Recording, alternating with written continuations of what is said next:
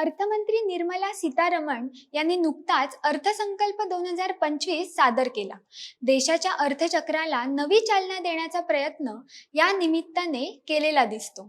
सर्वसामान्यांना अर्थसंकल्पातून उत्सुकता असते ती काय स्वस्त आणि काय महाग होते त्याची। कारण शेवटी अर्थसंकल्पातील प्रत्येक तरतुदीचा प्रत्यक्ष अप्रत्यक्ष संबंध दैनंदिन व्यवहारांशी असतो। अर्थमंत्री निर्मला सीतारमण यांनी सादर केलेला अर्थसंकल्प 2025 मध्ये नेमक्या कोणत्या गोष्टी स्वस्त झाल्यात व कोणत्या महाग याचा सविस्तर आढावा घेऊया आजच्या व्हिडिओतून। नमस्कार, मी प्रणिता आमकर आणि कॅमेरावर आहेत आलेख चाळके। महा MTV मध्ये आपलं स्वागत।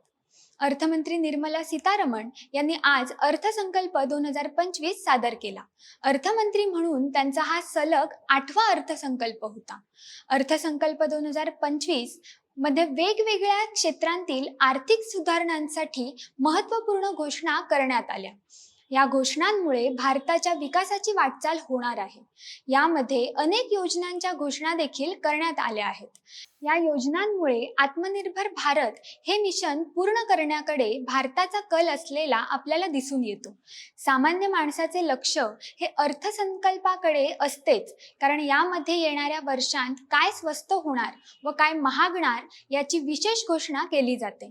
तसेच या अर्थसंकल्पात देखील काय काय स्वस्त झालं याची घोषणा करण्यात आली। अर्थसंकल्प 2025 मध्ये इलेक्ट्रॉनिक वाहने स्वस्त होणार असल्याची घोषणा करण्यात आली। यामध्ये चामड्याच्या वस्तूंचा दर देखील कमी होणार असल्याचे सांगण्यात आले। स्वदेशी कपडे म्हणजेच भारतातील विणकरांनी विणलेले कपडे स्वस्त होणार आहेत। कर्करोगाची औषधे देखील स्वस्त होणार आहेत आणि महत्त्वाचं म्हणजे त्यावरील कस्टम ड्युटी हटवण्याची घोषणा करण्यात आली आहे।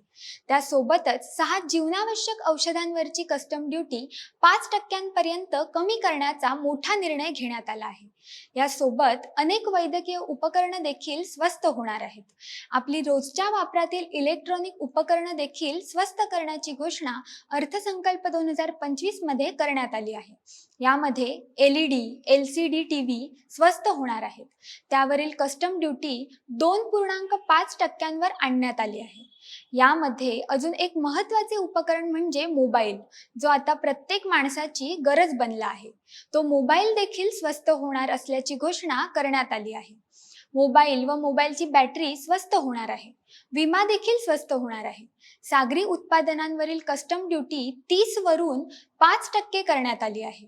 लहान मुलांची खेळणी देखील स्वस्त करण्यात आली आहेत।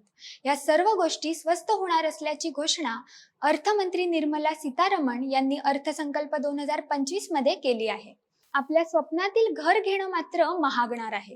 प्रत्येकाला स्वतःच्या घराचं स्वप्न पूर्ण करायचं असतं। त्यासाठी आता अजून मेहनत करावी लागणार आहे। यासोबतच अनेक नवीन योजना, अनेक नवीन मिशन देखील सादर करण्यात आली।